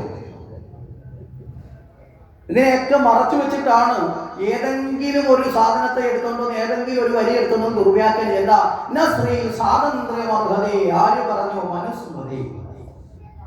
ഇപ്പൊ പറഞ്ഞു വന്നപ്പോ ഹിന്ദുക്കൾ പോലും പറയുന്നു ഞങ്ങളുടെ അടിസ്ഥാന ഗ്രന്ഥം വേദമാണെന്ന്. വേറെ ചിലർ അവരെ പ്രസംഗിക്കുന്ന അല്ല, നിങ്ങളുടെ അടിസ്ഥാന ഗ്രന്ഥം മനുസ്മൃതിയാണ്. നമ്മൾ വീട്ടിൽ നിന്ന് ഇറങ്ങി വരാം, എൻ്റെ അച്ഛൻ തങ്കപ്പനാന്ന് പറഞ്ഞാൽ അയൽക്കാരൻ പറയണം അതിൻ്റെ അച്ഛൻ ചെങ്കപ്പനാ. ഈ ഗതികേടിലായിരുന്നു നമ്മൾ ജീവിക്കുന്നത്. മനസ്സിലായില്ലേ? നമ്മൾ പറയുന്നു നമ്മുടെ അടിസ്ഥാന ഗ്രന്ഥം വേദമാണ്. കവലയിൽ പ്രസംഗിക്കുന്നവരും സോഷ്യൽ മീഡിയയിൽ ഇരുന്നുകൊണ്ട് നമ്മൾ തെറ്റിദ്ധരിപ്പിക്കുന്നവരും പറയുന്നു മനുസ്മൃതിയാണ്. എന്താ മനുസ്മൃതി? മനുസ്മൃതി എന്ന് പറയുന്ന സ്മൃതി ഓരോ കാലഘട്ടത്തിനനുസരിച്ച് രൂപപ്പെടുന്ന നിയമമാണ്. ഇപ്പൊ മഴക്കാലത്ത് മഴ പെയ്യുമ്പോൾ വീട്ടിൽ നിറങ്ങുന്ന കുഞ്ഞിനോട് അമ്മ പറയും മോനെ കുട എടുത്തോണ്ട് പോടാ, എന്താ കാര്യം? മഴയുണ്ട് എന്ന് പറയും. മഴയില്ലാത്ത സമയത്ത് അമ്മ ഇത് പറയണ നിർബന്ധം ഇല്ല. ഇതുപോലെ ആ കാലഘട്ടത്തിലെ ജീവിതത്തിന് യോജിച്ച കുറച്ച് നിയമങ്ങളാണ് ഈ സ്മൃതി എന്നത്. സ്മൃതി എപ്പോഴും മാറ്റപ്പെടാം. സ്മൃതിയും ശ്രുതിയും ഉണ്ട് ഹിന്ദുവിന്. ശ്രുതി മാറ്റമില്ലാത്തത് വേദങ്ങളും മാറ്റമുള്ളത് സ്മൃതിയുമാണ്. മനസ്സിലായില്ലേ? അപ്പൊ ആ സ്മൃതിയിൽ ആ കാലഘട്ടത്തിന്റെ നിയമം മാത്രമാണ്. ഇപ്പൊ നിങ്ങൾ പണ്ട് ഈ റോഡിലൂടെ അങ്ങോട്ട് ചെന്ന് കഴിഞ്ഞാൽ നിങ്ങൾക്ക് ഇവിടെ നേരെ ക്രോസ് ചെയ്ത് അപ്പുറത്തെ റോഡിൽ ഇറങ്ങാറില്ലേ? ശീലാതിമുക്കിന്ന് ക്രോസ് ചെയ്ത് അപ്പുറത്ത് ഇറങ്ങിക്കൂടെ? ഇറങ്ങാവോ? ഇപ്പൊ ഈ കുറച്ച് കാലൂടെ കഴിഞ്ഞ് ബൈപ്പാസ് ഒക്കെ യാഥാർത്ഥ്യമായി കഴിഞ്ഞാൽ നിങ്ങൾ അപ്പുറത്തെ റോഡിൽ ഒന്ന് ഇറങ്ങണമെങ്കിൽ, നിങ്ങൾ പണ്ട് ഒറ്റ ഓട്ടത്തിൽ ഓടി ചെന്ന മാമന്റെ വീട്ടിലോട്ടൊന്ന് ഓടി കയറണമെങ്കിൽ നിങ്ങൾ എത്ര കിലോമീറ്റർ ചിലപ്പോൾ യാത്ര ചെയ്യേണ്ടി വരാം? റോഡിന്റെ നിയമം പറയുന്ന അത്രയും സ്ഥലം പോയി കറങ്ങി തിരിഞ്ഞ് നിങ്ങൾക്ക് അവിടെ ചെല്ലാൻ പറ്റും. മനസ്സിലായില്ലേ? പറഞ്ഞതിന്റെ ആശയം മനസ്സിലായില്ലേ? ഇതുപോലെ കാലഘട്ടത്തിനനുസരിച്ച് മാറുന്ന ചില നിയമങ്ങൾ മാത്രമാണ് മനുസ്മൃതി എന്ന് പറയുന്നത്. ഇനി അതിലും പറഞ്ഞത് എന്താ? സ്ത്രീ ആരാധിക്കപ്പെടേണ്ടവളാണ്, ഉപേക്ഷിക്കപ്പെടാൻ പാടില്ല. മനസ്സിലായില്ലേ? ആരാധിക്കപ്പെടേണ്ട സ്ത്രീയെ സംരക്ഷിക്കപ്പെടേണ്ടവളാണ്. സംരക്ഷിക്കപ്പെടുക എന്ന് പറഞ്ഞാൽ അങ്ങോട്ടുള്ള അവകാശം കൊടുക്കലാണ്. എങ്ങനെയുള്ള സംരക്ഷണം? കുട്ടിക്കാലത്ത് മാതാപിതാക്കളാൽ സംരക്ഷിക്കപ്പെടണം, യൗവനകാലത്ത് ഭർത്താവാൽ സംരക്ഷിക്കപ്പെടണം, വാർദ്ധക്യകാലത്ത് മക്കളാൽ സംരക്ഷിക്കപ്പെടണം. മനസ്സിലായോ? അതുകൊണ്ട് സ്ത്രീക്ക് സ്വാതന്ത്ര്യമുണ്ട്, എന്നാൽ പിന്നെ ഇഷ്ടം പോലെ ജീവിച്ചോ എന്ന് പറഞ്ഞ് തെള്ളിക്കളയാൻ പാടില്ല. അതാണ് സ്വാതന്ത്ര്യം അർഹത. ഇന്ന സ്ത്രീ സ്വാതന്ത്ര്യം കൊടുക്കുകയല്ല, അവർക്ക് സ്വന്തമായിട്ടല്ല, നമ്മൾ അവകാശങ്ങൾ അങ്ങോട്ട് കൊടുക്കണം. ചില വ്യാഖ്യാനങ്ങളെ തെറ്റിദ്ധരിപ്പിക്കുന്നത് വളരെ എളുപ്പമാണ്. ഒരു നാടൻ ചൊല്ല് പറഞ്ഞാൽ നിങ്ങൾക്ക് പെട്ടെന്ന് മനസ്സിലാവും. പണ്ട് കാലത്തൊക്കെ നമ്മുടെ വീടുകളിൽ കെട്ടുന്ന ചൊല്ലാണ്. ആ ചൊല്ലി പറയും, അമ്മാവനെ കൊല്ലണം, ഗുരുവിനെ തല്ലണം, അമ്മയ്ക്ക് ഒന്നും കൊടുക്കരുത്, ഭാര്യയ്ക്ക് എല്ലാം കൊടുക്കണം. ഇങ്ങനൊരു ചൊല്ലുണ്ടായിരുന്നു പണ്ട് നാട്ടിൽ. കേട്ടിട്ടുണ്ടോ? നിങ്ങളത് അത്ര പഴയതല്ലോ, ഈ ബാലനിരയാണ്, അതുകൊണ്ട് നമ്മൾ കേൾക്കാൻ അത് കുറവായി. എന്താ ഈ അമ്മാവനെ കൊല്ലണമെന്ന് പറഞ്ഞാൽ കൃഷ്ണനുമായിട്ട് ബന്ധപ്പെടുത്തിയാണ് പറയുന്നത്. കാരണം എന്താ? പിതൃക്കൾക്ക് കൊല്ലണമെന്ന് പറഞ്ഞാൽ അവർക്ക് മോക്ഷം കൊടുക്കുക, അല്ലെങ്കിൽ അവരെ ആ രീതിയിലേക്ക് എത്തുക എന്നുള്ള സങ്കല്പത്തിൽ ആ കൃഷ്ണനെ പോലെ വളരണം എന്നാണ് അവിടെ ഉദ്ദേശിക്കുന്നത്. മനസ്സിലായില്ലേ? അത് കഴിഞ്ഞ് ഗുരുവിനെ തല്ലണം എന്ന് പറഞ്ഞാൽ ഓട്ടിച്ചിട്ട് ഇടിക്കണമെന്നല്ല, ഗുരുവിനേക്കാൾ അറിവ് നേടി. മനസ്സിലാവുന്നുണ്ടോ? ആ അറിവ് കൊണ്ട് ഗുരുവിനെ പരാജയപ്പെടുത്തണം. തല്ലുക എന്ന് പറഞ്ഞാൽ അറിവ് കൊണ്ടാണ്. ശിഷ്യോച്ചതേ പരാജയം. ശിഷ്യൻ ഗുരുവിനേക്കാൾ കേമനാവുമ്പോഴാണ്, മനസ്സിലായി, ഗുരുവിന് സന്തോഷമായി മാറുന്നത്. നമ്മുടെ മക്കൾ നമ്മളെക്കാൾ കേമനാവുമ്പോഴല്ലേ നമുക്ക് സന്തോഷമാവുന്നേ? ഏതെങ്കിലും അച്ഛനും അമ്മയും പറയാം, ഞാൻ മലക്കറി കച്ചവടം നടത്തിയ ജീവിച്ചു, അതുകൊണ്ട് എൻ്റെ മോൻ വക്കീലും ഡോക്ടറും ഒന്നും ആവണ്ട, പറയാറുണ്ടോ? അഭിമാനം വരുന്നത് എപ്പോഴാ? ഞാനൊരു സാധാരണ കൃഷിക്കാരനാണ്, പക്ഷെ എൻ്റെ മക്കൾ കളക്ടറായില്ലേ, അതല്ലേ അഭിമാനം. അതുപോലെ ഗുരുവിനെ തല്ലുക എന്ന് പറഞ്ഞാൽ ഗുരുവിനേക്കാൾ അറിവ് നേടുക എന്നുള്ളതാണ്. അത് കഴിഞ്ഞാൽ എന്ത് പറയും? അമ്മയ്ക്കൊന്നും കൊടുക്കരുത്. എന്തൊരു ദുഷ്ടതയാ എന്ന് നമുക്ക് ചിന്തിക്കാം. ഇവിടെ പറഞ്ഞതിന്റെ അർത്ഥം എന്താ? അമ്മയ്ക്കൊന്നും കൊടുക്കേണ്ട കാര്യമില്ല, നമുക്കുള്ളതെല്ലാം അമ്മയ്ക്കുള്ളതാണ്. അപ്പൊ പിന്നെ എടുത്തു കൊടുക്കേണ്ട ആവശ്യമുണ്ടോ? ഉണ്ടോ? മനസ്സിലായോ? നമുക്കുള്ളതെല്ലാം അമ്മയ്ക്കുള്ളതാണ്. കാരണം ഈ ശരീരം കൊണ്ട് ഞാൻ അധ്വാനിച്ച് എന്തുണ്ടാക്കിയത് എൻ്റെ അമ്മയ്ക്ക് അവകാശപ്പെട്ടതാണ്, അച്ഛനും അവകാശപ്പെട്ടത്. എന്താ കാരണം? ഈ ശരീരം തന്നെ എനിക്ക് തന്നതാരാ? അമ്മയും അച്ഛനുമാണ്. ആ ബോധം ഉണ്ടാവണം എന്നർത്ഥത്തിൽ അത് പറഞ്ഞേ. ഭാര്യയ്ക്കെല്ലാം കൊടുക്കണം എന്ന് പറയുന്നത് എന്തുകൊണ്ടാ? മറ്റൊരു വീട്ടിൽ നിന്ന് വരുന്ന ആളാണ്, അല്ലേ? ഇവിടുത്തെ അവകാശത്തിനൊക്കെ എല്ലാം എടുക്കാൻ പറ്റുമോ? പറ്റില്ല. അവർക്കൊരു മാനസികമായിട്ട് ഇഴുകിച്ചേരാൻ കുറേ സമയം എടുക്കും, അല്ലേ? ആ സമയം വരെയും നമ്മൾ അറിഞ്ഞ് അവരെ മാനസികമായി അറിഞ്ഞ് വേണ്ടത് എന്ത് ചെയ്യണം? കൊടുക്കണം. കൊടുത്ത് നമ്മുടെ സ്നേഹത്തിലേക്ക് അവരെ അവിടെ കൊടുക്കുക എന്നത് സ്നേഹമാണ്, വസ്തുക്കളല്ല. ആ സ്നേഹം കൊടുത്ത് നമ്മുടെ വീട്ടിലെ ഒരാളായി അവർ മാറണം. അങ്ങനെ മാറിക്കഴിഞ്ഞാൽ ആ വീട്ടിൽ പിന്നെ കലഹവും വഴക്കും ഉണ്ടാവില്ല. മനസ്സിലല്ലേ? ഇങ്ങനെയൊക്കെയുള്ള ചില പഴഞ്ചൊല്ലുകൾ നമ്മൾ അർത്ഥം മാറ്റിയെടുക്കും. അതുപോലെയാണ് ഇപ്പം വ്യാഖ്യാനിച്ച് ഇവിടെ പറഞ്ഞു വന്നത്. സ്ത്രീക്ക് ആ വരനെ സ്വന്തമായി സെലക്ട് ചെയ്യാനുള്ള അനുവാദം ഇവിടെ കൊടുത്തു. ഇനി അതെല്ലാം മാറ്റി വെച്ച് നോക്കെ, ഹിന്ദുവിന്റെ ശാസ്ത്രം നിങ്ങൾ എടുത്തു നോക്കെ. നമ്മളിപ്പോ ശിവപാർവതിമാരെ പറയുന്നത് എങ്ങനെയാ? ഉമാമഹേശ്വരൻ ഇല്ലേ? ആദ്യം പറയുന്ന ആരുടെ പേരാ? സ്ത്രീയുടെ പേരാണ്. ലക്ഷ്മി നാരായണൻ. നിങ്ങൾ എവിടെയെങ്കിലും നാരായണൻ ലക്ഷ്മി കേട്ടിട്ടുണ്ടോ? ഉണ്ടോ? ലക്ഷ്മി നാരായണൻ. ശചി പുരന്ദരൻ, അതായത് ശചീദേവിയും ഇന്ദ്രനും. വാണി ഹിരണ്യഗർഭൻ, സരസ്വതിയും ബ്രഹ്മാവും. മനസ്സിലാവുന്നുണ്ടോ? ഇനി രാധാകൃഷ്ണൻ ഇല്ലേ? തന്നെ ആദ്യത്തെ സ്ഥാനം അമ്മയ്ക്കാണ് കൊടുക്കുന്നത്. ഇനി പണ്ട് കാലത്ത് നമ്മുടെയൊക്കെ വീട്ടിൽ ഇപ്പോൾ പലരൊക്കെ തിരിച്ചായിട്ടുണ്ട്. കാരണം നമുക്ക് ഇപ്പൊ എങ്ങോട്ടാ തിരിയേണ്ടതെന്ന് അറിയില്ല. ഡയറക്ഷൻ തെറ്റിയൊക്കെ ഓടുന്ന വണ്ടിയാണ് നമ്മളെ. ഇഷ്ടമുള്ളതൊക്കെ ഇടയ്ക്കിടയ്ക്ക് വഴി എവിടെ കാരണം വാടുന്ന വഴിയിലൊക്കെ കയറി ചിലപ്പോൾ ഓടും. പണ്ട് കാലങ്ങളിൽ നമ്മുടെയൊക്കെ വീട്ടിലെ ഒരു ചടങ്ങിന് ഒരു വിവാഹത്തിന്റെ കത്തടിച്ചാൽ, ഒരു ബാല്യകാച്ചിന്റെ കത്തടിച്ചാൽ അതിൽ ആദ്യമേ അടിക്കേണ്ടത് അമ്മയുടെ പേരാണ്. മനസ്സിലായില്ലേ? അത് കഴിഞ്ഞിട്ടാണ് അച്ഛൻ്റെ പേര് വരുന്നത്. അമ്മയ്ക്കാണ് സ്ഥാനം. നമ്മൾ പറയുമ്പോൾ കുടുംബത്തിന് ധർമ്മം പറഞ്ഞ എങ്ങനെയാ? മാതാ പിതാ ഗുരുദൈവം അല്ലേ? മാതാവിനാണ് മാതാപിതാക്കൾ എന്നില്ല, പിതാ മാതാവ് എന്നെവിടെയെങ്കിലും പറയാറുണ്ടോ? ഉണ്ടോ? ആദ്യ സ്ഥാനം അമ്മയ്ക്ക്. അത്രയും ബഹുമാന്യമായ ആരാധനാപൂർണമായ സ്ത്രീയ ദേവിയായി, ഈശ്വരിയായി, സർവശക്തിക്ക് ആധാരമായ സ്വരൂപിണിയായി കാണുന്നതാണ് ഹിന്ദുവിന്റെ പാരമ്പര്യം. ശരിയല്ലേ? നിങ്ങൾ സ്വയം മനസ്സിലാക്കിയാൽ മതി. അപ്പൊ ഇവിടെ ആ സ്വയംവര ചടങ്ങിൽ വരുമ്പോ എന്തായാലും രുക്മിണി മനസ്സുകൊണ്ട് ആഗ്രഹിച്ചിട്ടുണ്ട് ശ്രീകൃഷ്ണനെയും വിളിക്കും. കാരണം എന്താ? നാട്ടിലെ ഏറ്റവും യോഗ്യരായ ആൾക്കാരെയാണല്ലോ വിളിക്കുന്നത്. അപ്പൊ കൃഷ്ണനെയും വിളിക്കും.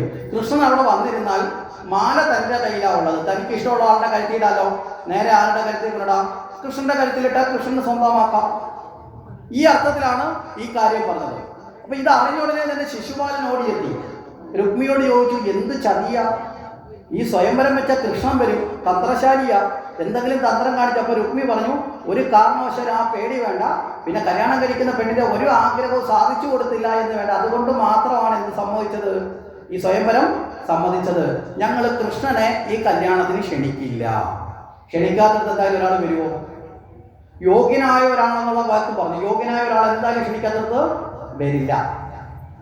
ആ കൃഷ്ണനെ മാത്രമല്ല, യാദവ കുലത്തിലുള്ള ഒരാളെയും ക്ഷണിക്കില്ല. മനസ്സിലായില്ലേ? അപ്പം യാദവ കുലത്തിലുള്ള ആരെങ്കിലും ക്ഷണിച്ചാൽ ചിലപ്പോൾ കൃഷ്ണൻ തന്ത്രപൂർവ്വം എന്ത് ചെയ്യും?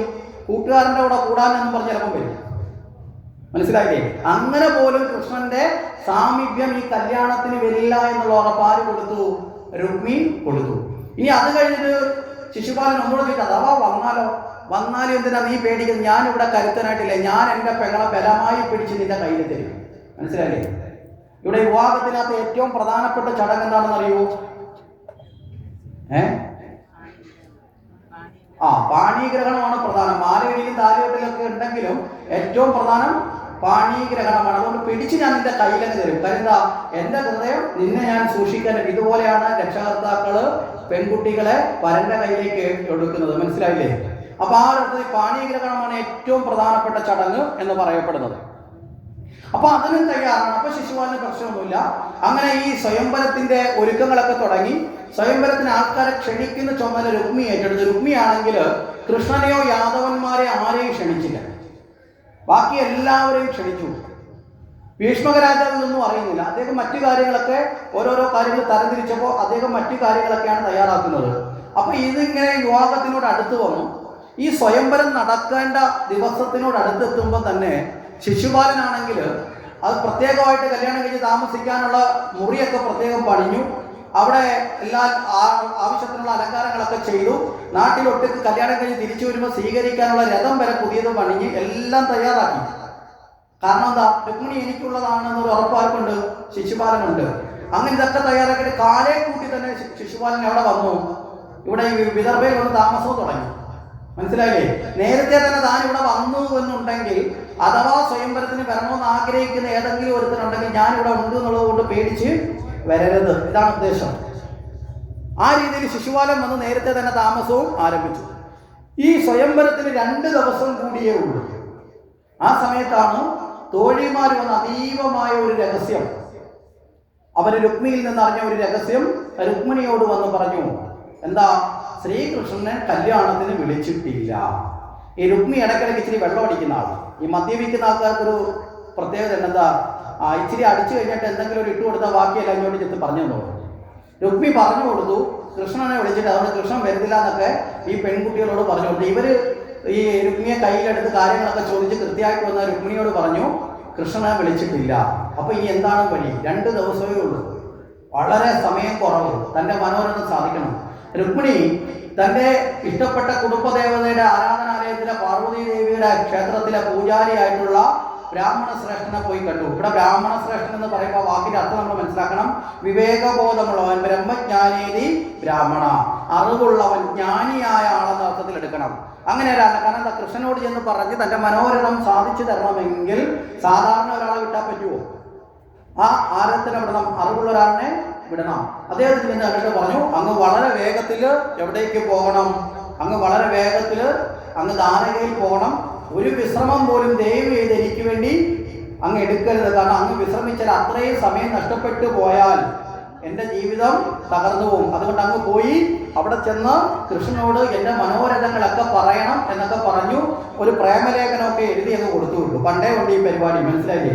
ഇപ്പം പിന്നെ ആ പരിപാടിയില്ല. ഇപ്പം പിന്നെ മിസ് കോളും ചാറ്റിങ്ങും ഒക്കെ ആയതുകൊണ്ട് ഇപ്പോൾ എന്തായാലും നമ്മൾ രക്ഷയുണ്ട്. പണ്ടേ ഈ പ്രേമലേഖനമൊക്കെ എഴുതി തയ്യാറാക്കി ഇത് ആരെ കൊടുത്തു? ഈ ദൂതന്റെ കൊടുത്തു. ദൂതനാകട്ടെ ശരവേഗത്തിൽ എവിടെ എത്തി? ദ്വാരകയിലെത്തി. ദ്വാരകയിലെത്തുന്ന സമയത്ത് ബലരാമസ്വാമി അവിടെ ഇല്ല, കൃഷ്ണൻ മാത്രമേ ഉണ്ടായിരുന്നുള്ളൂ. അവിടെ ചെന്ന് കൃഷ്ണനോട് പറഞ്ഞു, ദേ വിദർഭയിലെ രാജ്യത്ത് നിന്നൊരു കത്തുമായിട്ട് വന്നതാണ്. അപ്പം കൃഷ്ണൻ പറഞ്ഞു, കത്ത് കാര്യങ്ങളൊക്കെ, രാജ്യകാര്യങ്ങളൊക്കെ, അങ്ങനെയുള്ള കാര്യങ്ങളൊക്കെ നോക്കുന്നത് ജ്യേഷ്ഠനാണ്, ജ്യേഷ്ഠന് ഇവിടെ ഇല്ല എന്ന് പറഞ്ഞപ്പോൾ പറഞ്ഞു, അല്ല ഇത് അനിയനുള്ള കത്താന്ന് പറഞ്ഞു. ശരി, കത്ത് മേടിച്ചു. കത്ത് മേടിച്ച് കഴിഞ്ഞിട്ട് നേരെ കൃഷ്ണൻ ഇത് അങ്ങോട്ട് തുറന്നു നോക്കി. ആദ്യത്തെ വരി വായിച്ചുള്ളതിനെ കൃഷ്ണൻ ഇതങ്ങ് ചുരുട്ടി. ആദ്യത്തെ വരി വായിച്ചുള്ളതിനെ കൃഷ്ണൻ ഇതങ്ങ് ചുരുട്ടിയിട്ട് ഈ ദൂതന്റെ കൊടുത്തിട്ട് പറഞ്ഞു, അങ്ങ് തന്നെ വായിക്കാൻ പറഞ്ഞു.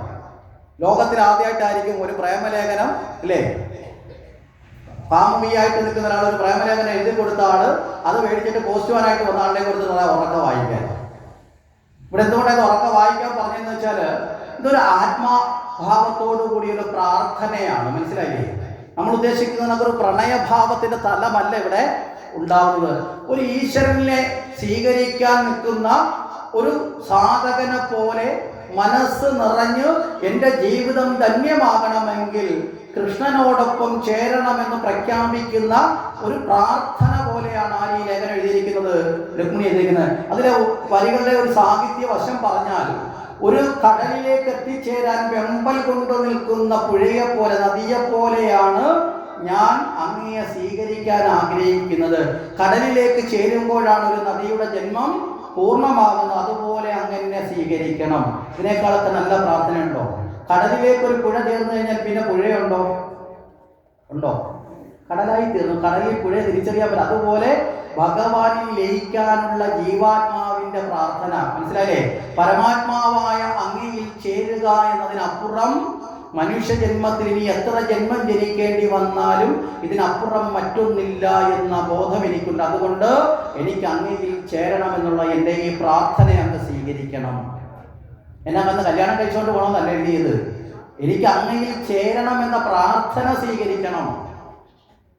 ഇത് കേട്ട് ഇത് ഉറക്കെ വായിപ്പിച്ചതിന് മറ്റൊരു ഉദ്ദേശമുണ്ട്.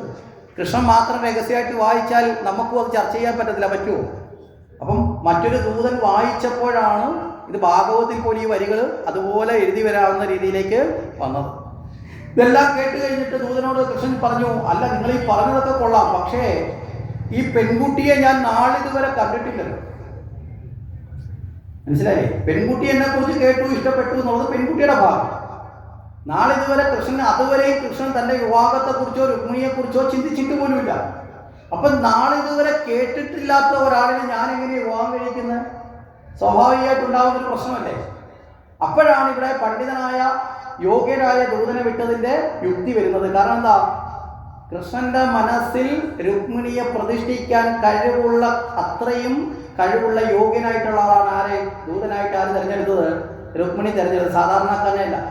ഇദ്ദേഹം ആ രുക്മിണിയെക്കുറിച്ച് അങ്ങോട്ട് വിശദീകരണം കൊടുക്കുവാണ്, പെൺകുട്ടിയെക്കുറിച്ച്. ഇത് നമ്മൾ സശ്രദ്ധം പഠിക്കേണ്ട ഒരു പാഠമാണ് നമ്മുടെ ജീവിതത്തിൽ.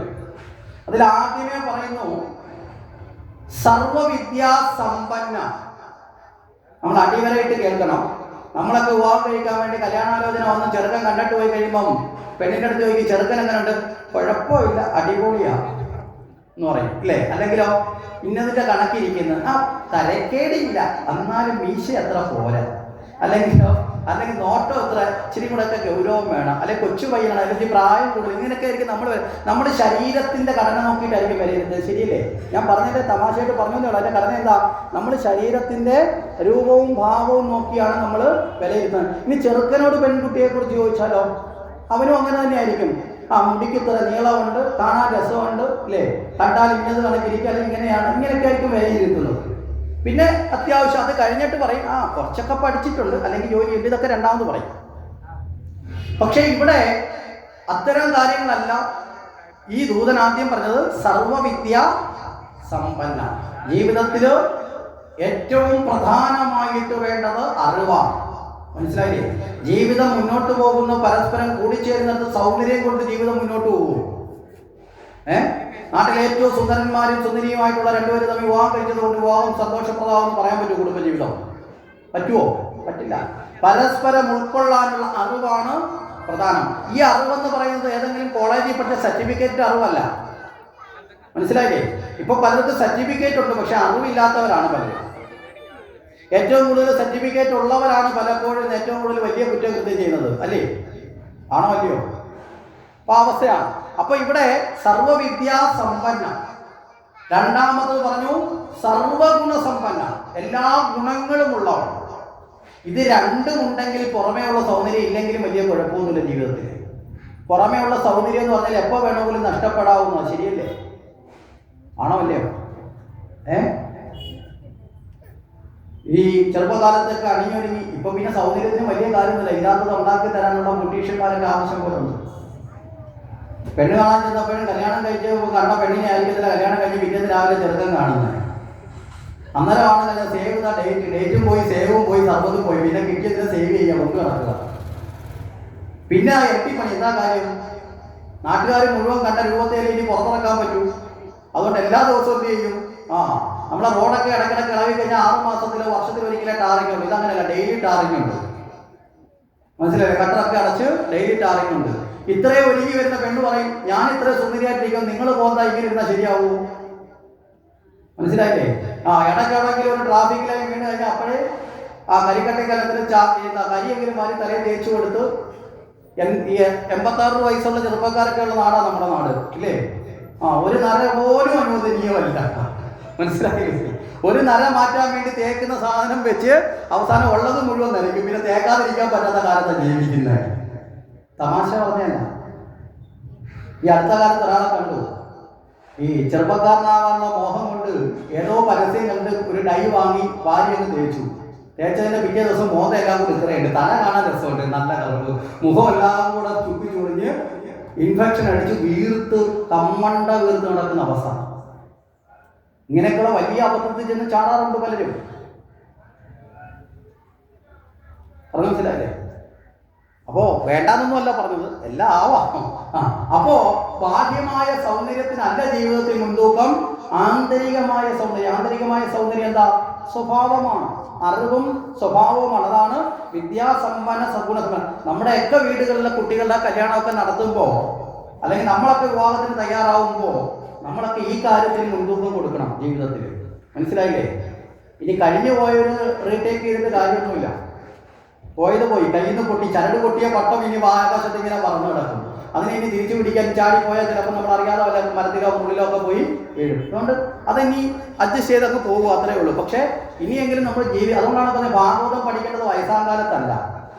ഭാഗവതവും പുരാണങ്ങളും ഭഗവത്ഗീതയൊക്കെ പഠിക്കേണ്ട യഥാർത്ഥത്തിൽ ചെറുപ്പകാലത്താണ്, കുട്ടിപ്രായത്തിൽ പഠിക്കണം. കാരണം ജീവിതം മുഴുവൻ രൂപപ്പെടുത്താനുള്ള അമൃത കലശമാണ് ഭാഗവതം. നമ്മുടെ ജീവിതത്തിന്റെ അന്ത്യകാലത്ത് പഠിച്ചിട്ട് താടിക്ക് കയ്യും കൊടുത്തിരുന്നിട്ട് ഒരു രണ്ടമ്മമാരിരിക്കുന്നത് എന്തോ ചെയ്യാനാ? ഇനി സൗന്ദര്യം നോക്കിയിട്ടോ സദ്ഗുണം നോക്കിയിട്ടോ അങ്ങനെ കാര്യമുണ്ടോ? സംഭവിച്ചു പോയി. ഇനി ഇപ്പൊ ജീവിതത്തിൽ എന്തോ ചെയ്യാനൊന്ന് ആലോചിച്ച് നോക്കാൻ. ആ സമയത്തല്ല, ജീവിതത്തിന്റെ അന്ത്യകാലഘട്ടത്തിലല്ല, തുടക്ക കാലഘട്ടത്തിൽ പഠിക്കണം. ജീവിതത്തെ രൂപപ്പെടുത്താനാണ് ഭാഗവതം.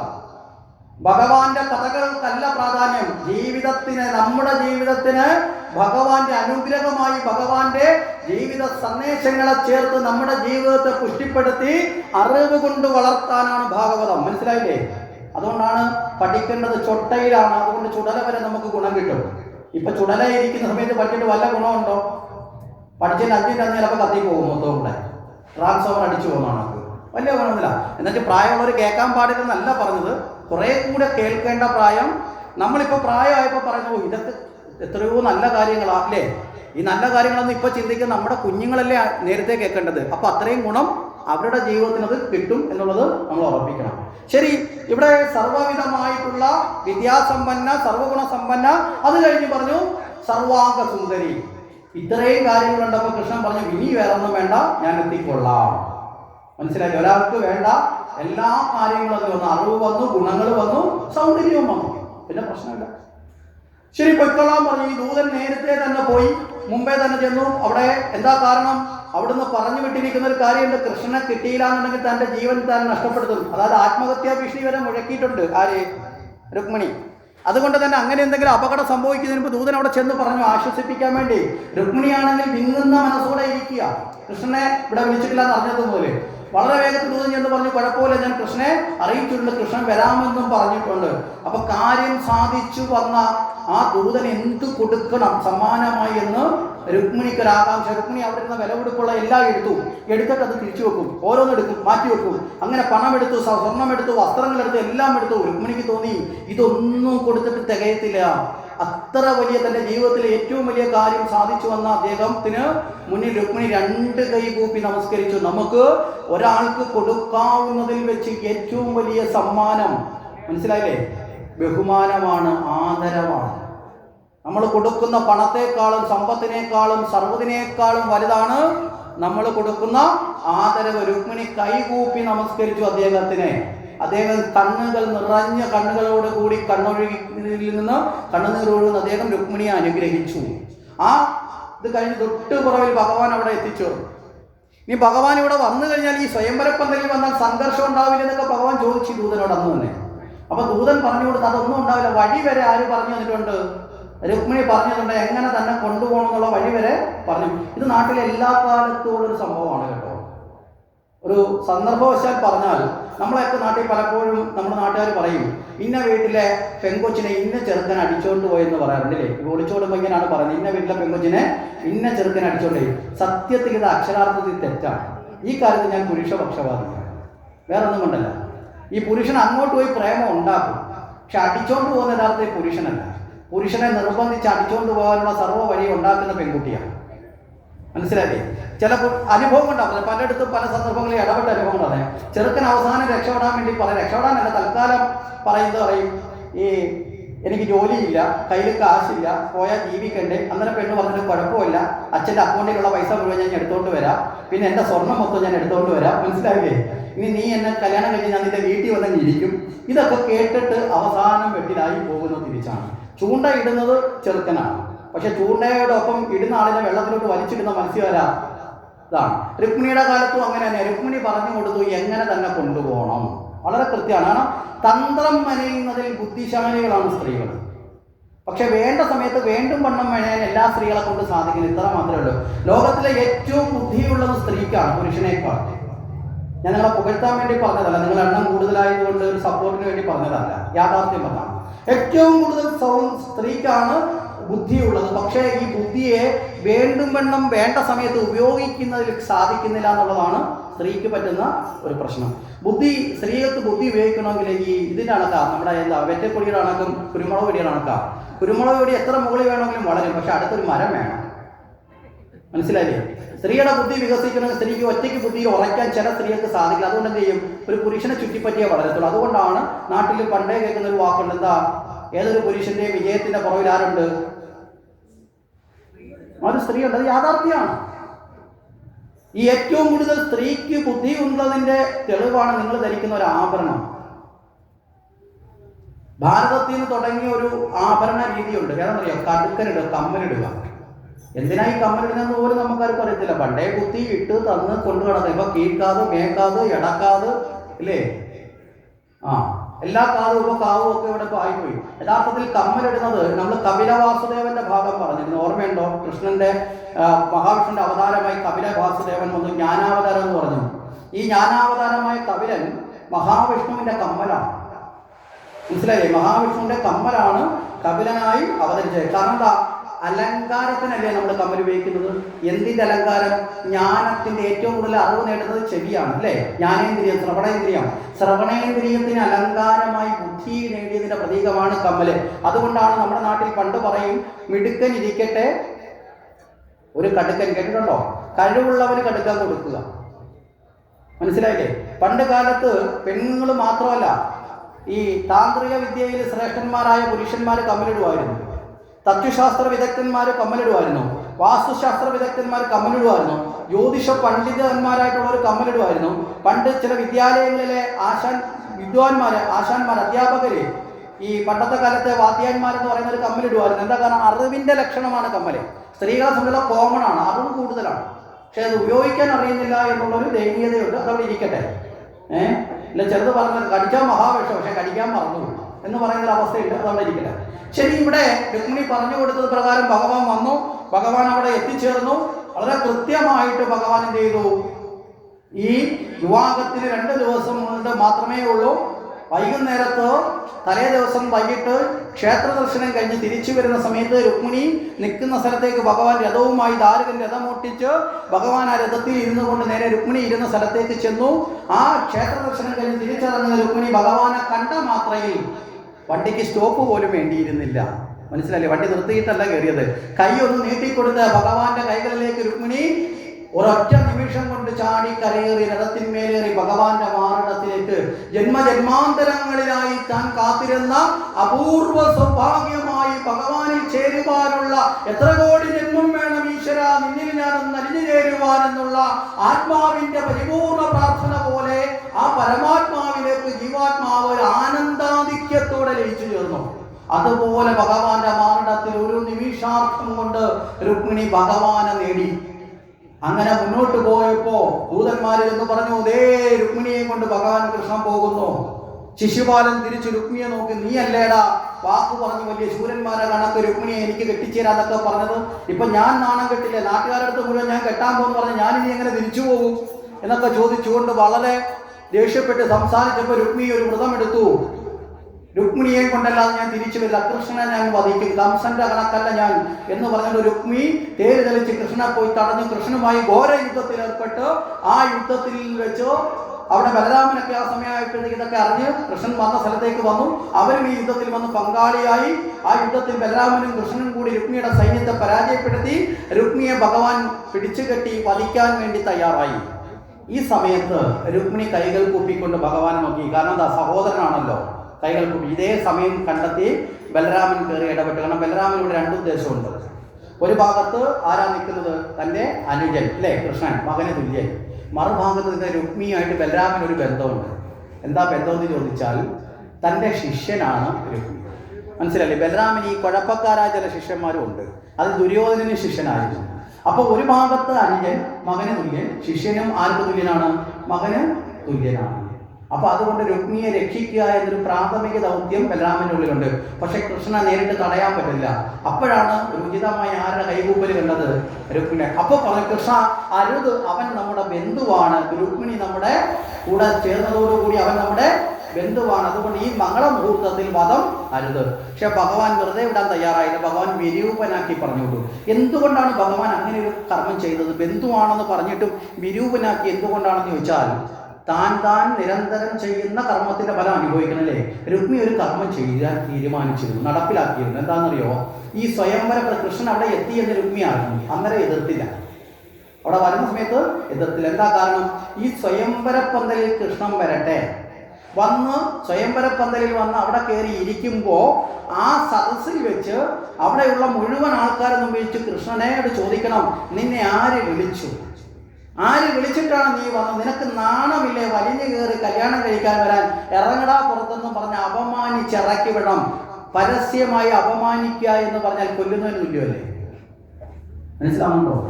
ഇങ്ങനെ ഭഗവാനെ നിന്ദിച്ച് വധിക്കുന്നതിന് തുല്യനാക്കി വിടാനാണ് രുക്മി ആലോചിച്ചത്. ഇതിന്റെ പ്രതികാരമാണ് ഭഗവാൻ എന്ത് ചെയ്തത്? വിരൂപനാക്കി വിട്ടത്. അതായത് വധിക്കുന്നതിന് തുല്യമാണ് ഒരാളെ വിരൂപനാക്കുന്നത്. അങ്ങനെ കൊന്നില്ല, വിരൂപനാക്കി അയച്ചു. ഇതിനുശേഷം ഇവർ രണ്ടുപേരും കൂടി ഒരുമിച്ച് എവിടെ എത്തി? കൊട്ടാരത്തിലെത്തി, ദ്വാരകയിലെത്തി. മംഗളവാദ്യങ്ങളുടെ അകമ്പടിയോടുകൂടി, മാതാപിതാക്കളുടെ അനുഗ്രഹത്തോടുകൂടി ശുഭകരമായ മുഹൂർത്തത്തിൽ വൈദിക വിധി പ്രകാരം വിവാഹം നടന്നു. അവിടെ യഥാർത്ഥത്തിൽ രുക്മിണിയുടെ വിവാഹം നടക്കുന്ന വൈദിക വിധി പ്രകാരമാണ്. യഥാർത്ഥത്തിൽ സ്വയംവരം നടന്നിട്ടുണ്ടോ? ഉണ്ടോ?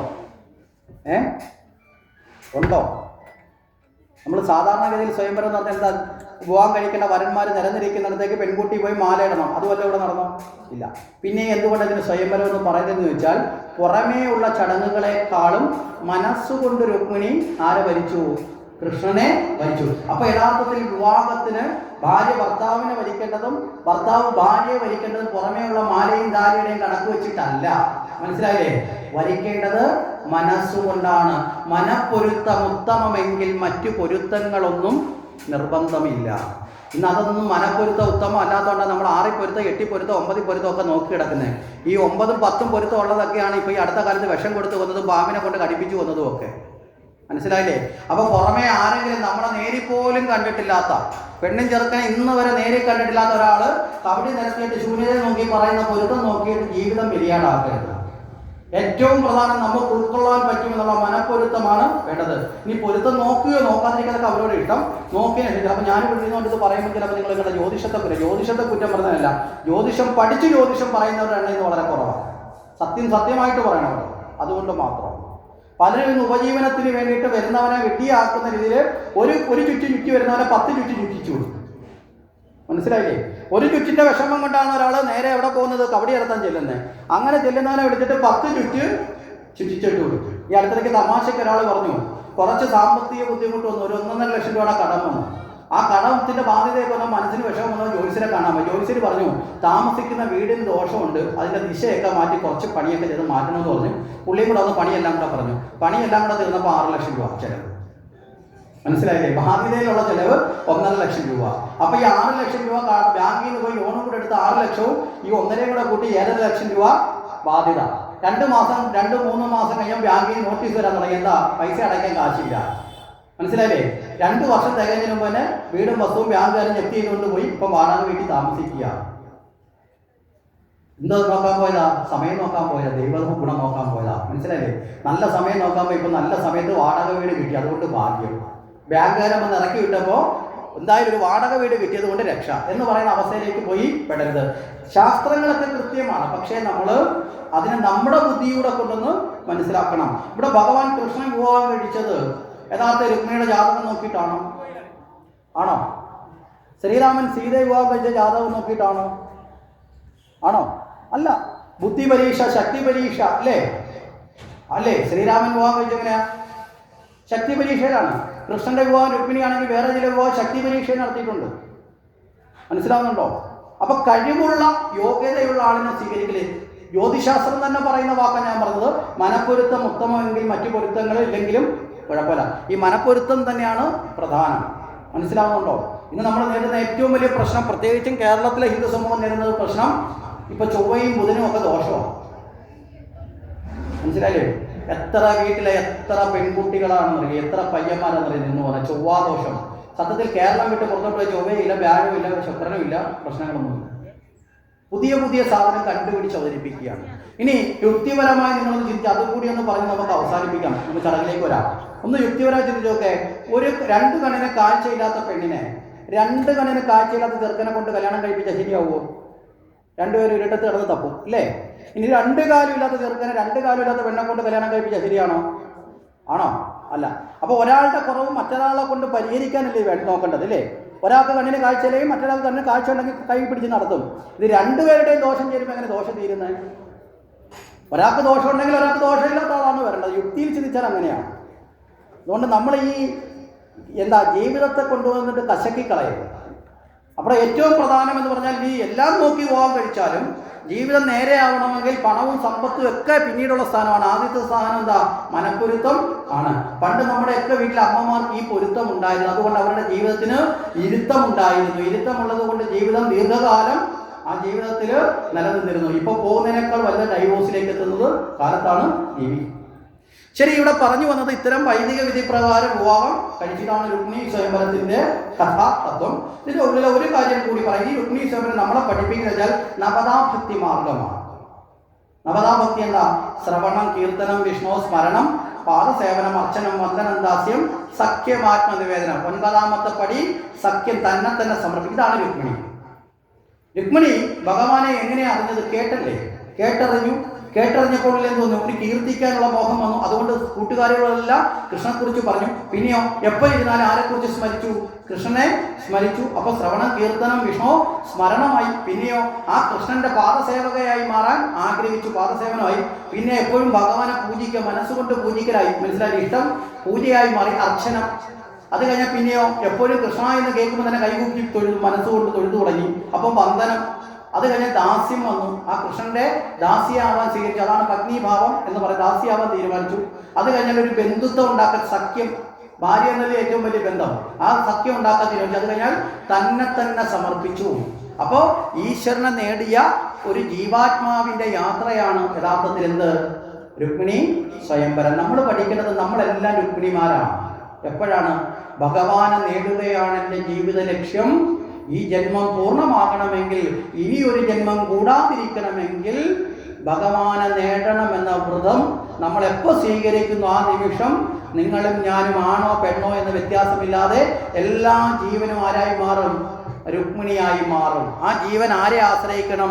വിവേകബോധത്തെ. അതാണ് ശ്രേഷ്ഠനായ പണ്ഡിതനായ ബ്രാഹ്മണനെ ആശ്രയിച്ച് വിവേകബോധം ഉണ്ടാവണം നമ്മുടെ ജീവിതത്തിൽ. ആ വിവേകം കൊണ്ട് ഭഗവാനിലേക്ക് നമ്മൾ ഉയരണം, ഭഗവാനെ നേടണം. ഒരു പടി നമ്മൾ മുന്നോട്ട് വെച്ചാൽ 10 പടി ഭഗവാൻ നമ്മുടെ അടുത്തേക്ക് വരും. അതാണ് രുക്മിണി അങ്ങോട്ട് ദൂതനെ വിട്ടപ്പോൾ ഭഗവാൻ തന്നെ ഇങ്ങോട്ട് വന്ന് കൂട്ടിയത്. ഇതാണ് രുക്മിണി സ്വയംവരം എന്നത് നമ്മളെ പഠിപ്പിക്കും. അപ്പൊ ജീവാത്മാവ് പരമാത്മാവിലേക്ക് പ്രവേശിക്കുന്ന ആനന്ദമാണ് എന്ന് നമ്മൾ ചിന്തിക്കുക, ഉറപ്പിക്കുക.